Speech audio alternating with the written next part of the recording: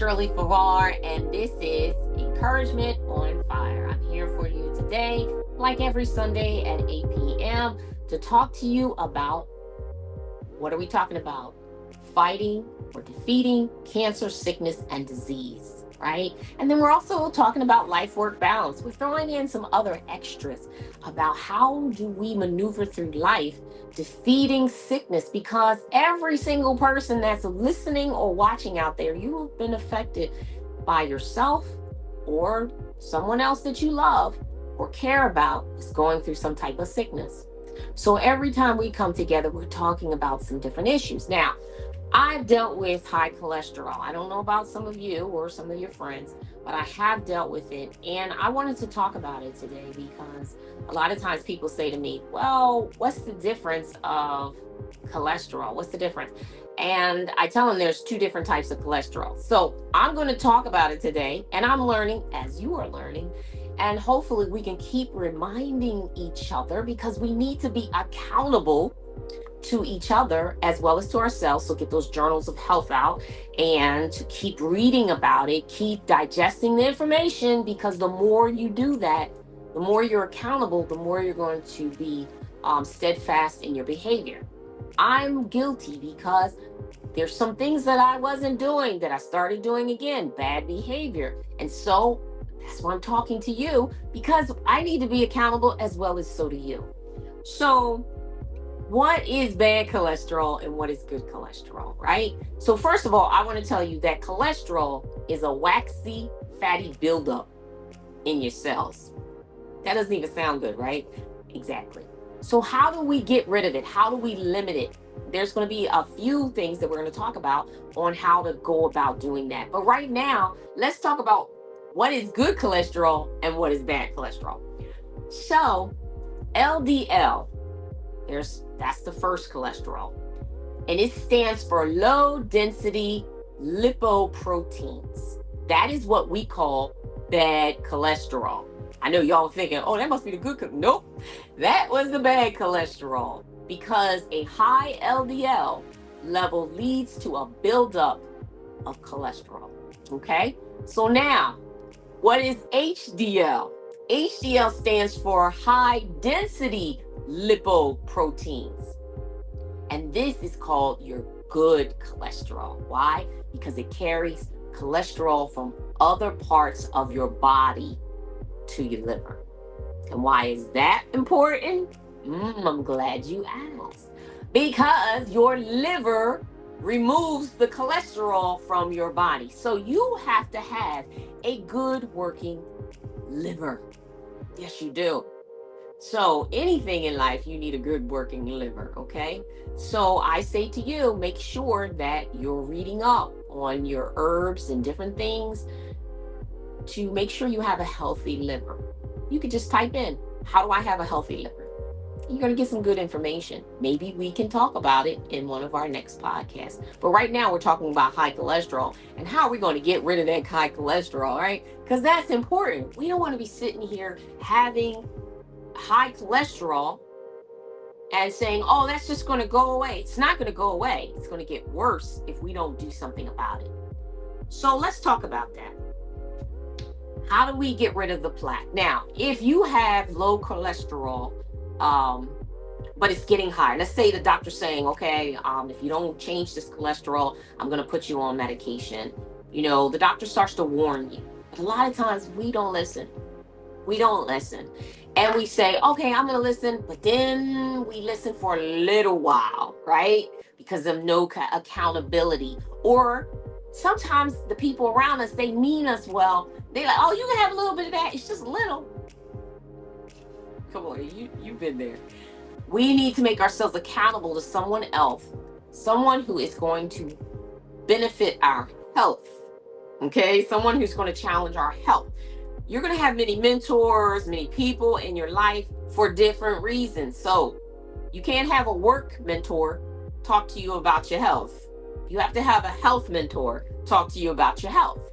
So I encourage you, if you don't have someone that's going to help you, fitness trainer or someone who is a health, that's all they talk about, or someone that partners with you and you both do education through the internet on your health, talking with your doctor. You see, I added that, talking with your doctor. Please do not self-medicate yourself. Please do not say, oh, I need all these herbs. Talk to your doctor.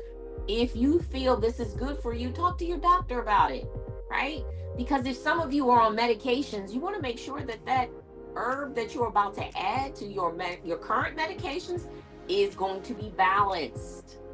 When I was going through my health issue, my doctor told me some of the herbs that I was thinking about adding with the medication they were giving me, he said, absolutely not, because this is what will happen. So at that time on that medicine, I could not take that herb. Once I was off the medication for a period of time, the doctor said, go on, do that. You can now take that herb. But do you see how you still have to be careful with that, okay? So, what causes the high LDL, right?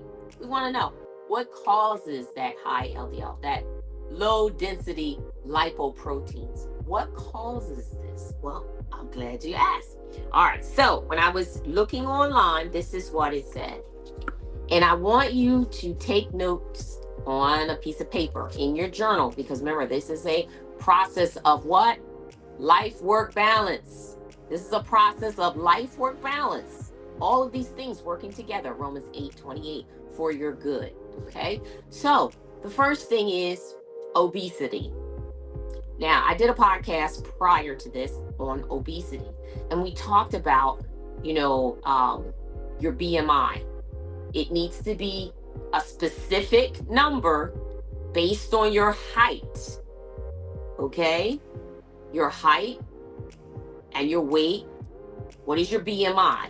You need to go back and you need to either look at that podcast or you need to go on Google and say, okay, what it should be my BMI for my height and weight.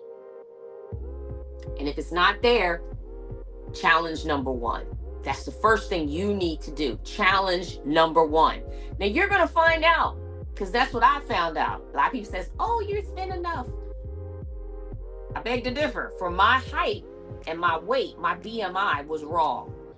I needed to then work on getting that fixed. You see, sometimes we can think that, oh, I'm perfect because I look at myself. You got to talk to your doctor. You got to say, okay, the doctors, they say this. Now, I'm not saying it has to be perfect in that alignment of the BMI. I'm saying you need to be close enough to it that you're walking healthy in what they're saying, okay? So, obesity. What causes it? Obesity. The second thing is inactivity. Kind of goes with obesity. So, if you are sitting around and you're not getting up, you can have a job that you're sitting at a desk all day long. Let me tell you, I'm at my desk, but I also go out and do workshops. But that's not enough movement. My watch tells me, get up, Shirley, you need to move. Every time it tells me to get up and move, guess what I do? I stand up and I do leg lifts or I do arm lifts, right? I have a little weight in my office. Anybody comes by, they know that I do. And they're like, oh, Shirley doing those exercises in her office. Yes, I am. Because take advantage of the moments in between appointments. Take advantage of the moments between phone calls. Take advantage to make sure that you're going to be okay, right? This is going to help you to be healthier. We sit at our desks, but do we move our legs? Do we do leg kicks? Do we do any of those things? We sit there for 6-8 hours doing our work. We blame it on, oh, I have to work and I have to, the boss is making me. The boss didn't tell you to do that for 8 hours straight. They tell you, get up, take a break. What are you doing on your break? Talking? No. Get back to the exercise. I know that sounds bad, right? They're like, dang, Cheryl, you just said get back to doing the exercises. Of course I'm going to tell you that because it's going to benefit you. So you could be talking to somebody and exercising, lifting those legs, taking a walk. I try to take, everybody knows at the campus, I walk every day during my lunch hour or every other day. If I don't get to it, I have to do it in the evening, got to get on the treadmill. There needs to be a routine that you have that you're going to stick to. If I don't do a walk during the day, I'm going to treadmill at night. If I don't treadmill at night, well, then I have to get up early the next morning. I have to do that. There should be a plan in your journal. You should be writing it out. So the first one, obesity. The next one, inactivity. Nope. We're not going to make excuses for ourselves. The next one, family history. It's a bloodline thing. There's nothing you can do about your bloodline except for moving forward.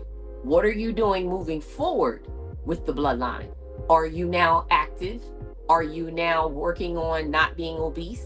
Are you doing the work, right, with some of the other things that cause high cholesterol? What are you doing? See, we can do the work. The doctors tell us we can do the work to make it right. But if we're not willing to address what we have, our bad behavior, my bad behavior, if we're not willing to address our bad behavior and fix it, then we're lying to ourselves when we say, oh, I'm working on it. No, you're not. Don't lie. Just say, I'm not. I've chosen, this is what I've chosen, and own it. But if you're really working on it, I don't care how small it is. And stop saying, oh, I know I need to. That is the worst thing. Make yourself accountable to somebody that's going to tell you, yes, you do. You need to do that. Because after listening to them every single day, telling you that, making you accountable, sending you texts, you're going to stop doing it. And there are some apps that actually help you and they remind you. There's some reminder apps out there, free and some for paid, that will help you in that. The next one, smoking. I don't even need to tell y'all. So if you have high cholesterol, you should stop smoking immediately. Your doctor has already told you, and you should not be smoking. And that's all I'm going to say about that. Okay? All right. And that's smoking anything. Okay? Smoking anything. Now, if you have some chronic disease and you're smoking specific things because of that, and you talk to your doctor about that, I don't have anything to do with that. That's between you and your doctor. But if that's not the case, and it's something that is a leisure thing for you, stop smoking. Okay? All right. The next one, high fat foods. That's where we live right now. High fat foods. So we're going to talk about that in just a minute. But right now, we're going to go over to talk about career transition, and then we're going to return. All right. So this is career transition number 11. And I'm not going to be before you that long, but I just want to talk to you about taking the leap. Taking the leap. Yes, taking the leap. Last week, we talked about seeking feedback about what it is your next steps. What is it you need to do, right? So if now you're going to take the leap, you've done everything we talked about in this career transition. If you have not, you need to go back to the last 10 and go through there and see what we talked about. Resume development, career, putting down on paper, the pros and the cons, all the different things we talked about. Please do the work. But now it's taking the leap. Are you going to start a new business, right? Are you going to apply for a new role for your employment opportunity or shift totally into some other direction? Are you going to go back to school? You should have decided by now what it is you're going to do. And because you just did some of the work that we talked about, life-work balance, come on, you're getting ready to make a decision and you're going to take a leap. Because you did the work, you applied the information in order for you to do that. See, when we walk in purpose, we walk in the things that God has for us to do, we're healthier, right? We're more active in what we need to do. We're more conscious about our health. We're more conscious about being here to fulfill the purpose and the plan of our life. So that's all I'm going to say today about career transition. I hope that you return next week and we'll have another topic in that. But today, I want you to take the leap. What are you going to do? What have you decided over this last 10 career transitions? What is it that you need to move forward in? All right, so let's get back to talking about high cholesterol. All right, so we just now talked about what are the causes of high cholesterol. And one of them, the last one we talked about, because we talked about obesity, inactivity, family history, smoking, all of these, including high fat foods, you should be talking to your doctor about. because there's some family history you need to talk about. How can you become more active? How can you get control of the obesity, whether you have to take medication or it's good old-fashioned exercise because it works for your body, because that's another thing you need to figure out. And then, like I said, stop smoking and high-fat foods. So let's talk about the high-fat foods. All right. So I actually have some information from a website, and this website is called Mass General Brigham, and this was May 24th, 2024. And the article is Worst Foods for High Cholesterol. So if you have time, it's like a 9-minute read. Take some time and read it. But I'm going to briefly summarize before we get off today on how we can address some of these bad foods we need to stop eating, and maybe introduce some good foods that we can start eating. Some of the worst foods is red meat, like beef, pork, and lamb. Processed foods. Yeah, we need to be careful with that. That fat dairy. Stay away from the I do 2% or 1% or half and half. But that whole milk, and butter. A lot of times people make butter, but the process of the butter, it's not good for people who have high cholesterol. Also, baked goods and sweets. Oh my goodness, they are just stomping on me because I love baked goods and I love sweets. I hear somebody saying, well, Shirley, you love all foods. You're right about that. I surely do. And then fried foods. You should not be eating any fried foods at all. None at all. And then tropical oils, palm oil, coconut oil. What I try to do is olive oil. I'm trying to think of any other oils. Stay away from vegetable oil. It's really not good for you. But like I said, each person's different. I'm just saying, if you have high cholesterol, you may want to be careful on that. And then again, back to butter. Stay away from it. Now, what are the foods that are good for you? If you want to be heart healthy, you guys, come on, you have to do a few things. So we already talked about before, fruits and vegetables. That should be the first thing on your plate. And you need at least a half of your plate should be fruits and vegetables. A half of your plate should be fruits and vegetables. Okay. I can't say that enough. Whole grains such as oats, and then brown rice, things like that. Popcorn are good. But not popcorn with caramel. See, we get back into the sweets. Trust me, I'm guilty too. And this past holiday, I had everything I should not have. And I just said, I asked God to forgive me. And now I said, I'm going to begin again and I'm going to do right. Okay. So I've been trying to get back on there, but I'm accountable to myself and I'm accountable to others that are for my good health. You need that to get back on track. And then let's see, lean fish, oily fish, and skinless poultry. I love that good chicken, don't you? Even if it's baked, you love it. I know baked chicken is good for you, but you need to take the skin off of it and eat it the regular way without well, it's not the regular way. You need to eat it without skin. And lots of plants that have high water content, like watermelon, right? Spinach, all those wonderful things. So like I said, you can read up on it. It's a 9-minute read online. You can go back and get the title again. But I'm here to tell you that I love the Life Work Balance series that we've been going through with the career transition, as well as working towards doing the healthy things that I'm supposed to do. We are supposed to be a good steward over our bodies and what we're supposed to be doing. I have a scripture actually for you, and I want to read it. I want to finish off with that. 3 John 1:2 says, "Dear friend, I pray that you may enjoy good health, and that all may go well with you, even as your soul is getting along well." if you interpret that, what it's saying is, as I strengthen my intellect, as I do what I'm supposed to, as I'm accountable to other people, as I learn what is good for me, and then I do it.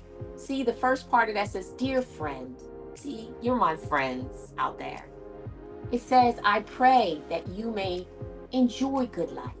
I pray that you hear me when I say to you, lower your cholesterol. When I say to you, there's some things out there you should be doing, just like I should be doing. Let's make each other accountable to have good health from this day forward. Can we agree? So I have to leave you for today, but I'm Shirley Farrar, and this has been Encouragement on Fire. I'll talk to you soon.